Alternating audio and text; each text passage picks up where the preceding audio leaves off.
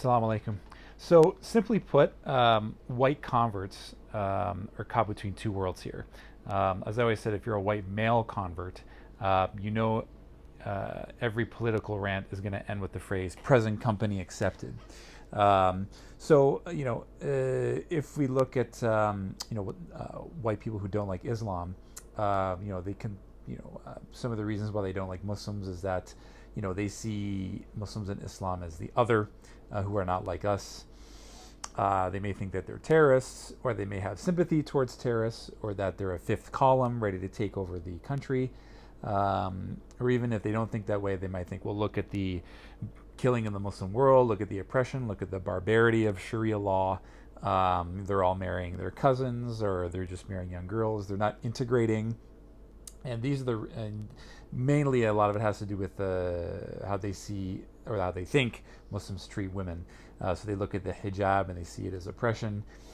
So their attitudes to some of them is just get it out, get Islam out of the West, get it out of Europe. They see terrorist attacks, every couple of months, planes flying into buildings. So, or they see women being assaulted by Muslim men. And I've seen that rarely. It is wrong. It's totally un-Islamic. But the thing is, no one's ever explained it to them.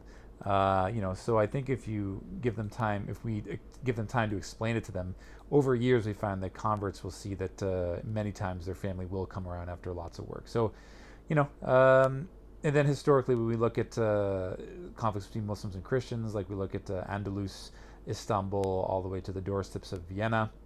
Now, I know a lot of white people who don't harbor these feelings. I know that they admire Muslims as stand-up people. Why? Because they work with Muslims, or they might have a doctor who's Muslim, and that way the Muslims are able to change their mind, right? So we could see how this mutual animosity plays out in the real world for converts. So, for example, when we try to find support online, and we go on social media, because a lot of us aren't close to mosques, a lot of these groups are comprised of mostly born Muslims. And you can see that they aren't really wanting to help out new Muslims, or don't really know how.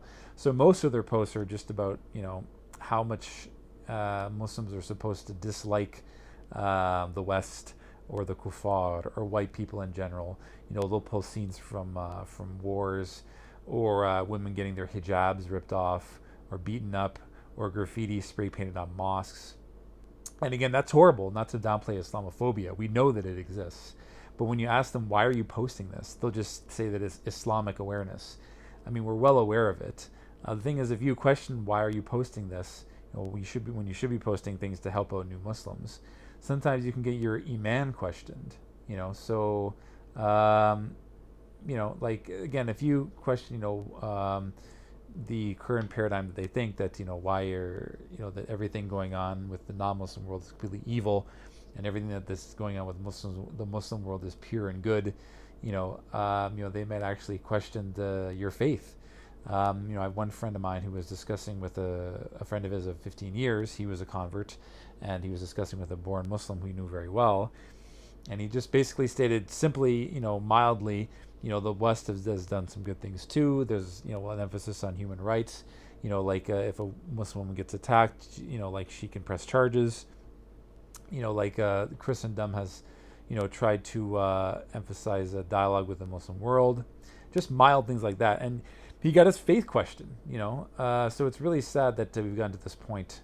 So I want to just explain briefly why there's such a disconnect between converts and Muslims, born Muslims, vis-a-vis non-Muslims, from our background. So for converts, particularly white converts, our entire family is not Muslim, right? So, and then we find out that Islam is a true religion. So now we're placed in this delicate situation where we believe that our entire family does not know about this true faith, because we believe it's a salvific religion. So now it's up to us to give dawah to our entire family, no matter how racist they are. And again, a lot of them, the born Muslims, are just reluctant to even help us out with this, and will go outright impede it. Like Omar Suleiman said on Al Jazeera, we don't give dawah to racists. I'm not going to sit down with a racist. So for us, I mean, that doesn't help us out at all. I mean, we have no choice as converts. Like, what are we going to do? Tell our family that I'm not going to talk to you because you're racist? That's how you get out of here. And this, I mean, you have a direct influence on our life. So I can understand why born Muslims wouldn't want to feel this way. Why they won't want to, sort of ease up on how they feel. Like I said, I'm not here to tell them how to think.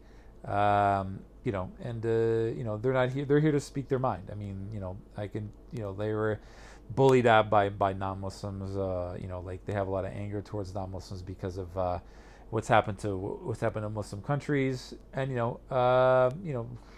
I'm not going to tell them how to think.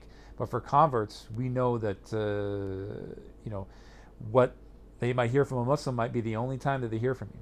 So we see every diatribe that Muslims give towards the West in social media as just a wasted opportunity that just makes people hate Islam more. No good comes out of it. So like I said, the current paradigm makes it a disaster when these two worlds collide in any fashion, and that's why we need a third space. Too much anger going on both sides, and that's why we need a space in order so we can, where our non-Muslim friends and colleagues can talk to us without fear of being judged. So what is the fallout of this mutual animosity? Well, to Muslim communities around the West, mosques are basically their territory. They funded these mosques. They put a lot of work into them. So their solution to Islamophobia is to have open houses or meetings with non-Muslims, but it has to be at mosque. I mean, this is understandable because it is their turf, and especially when they paid for it. But most non-Muslims, even if they have a neutral or negative opinion or positive opinion of Islam, they're reluctant or even terrified to even step foot in a mosque. They don't know what's going to happen. And everyone has those, incidents that occur at the mosque with the uncle that just starts screaming at non-Muslims who try to enter for not being dressed appropriately or doing the wrong thing. So for us, it's just stay away. Try not to, interact in any case. So another fallout from this is that many right-wing politicians and Muslims are almost never going to talk to one another. For conservative politicians, any dialogue they have with Muslims have severe negative consequences, as many of their voting base will drop their votes even if they see them talking with Muslims who are quote-unquote the enemy. As a perfect example of this, we saw on MPI Radix, which is a nationalist website that was canceled on YouTube recently. They did a show looking at the virtues of Islam.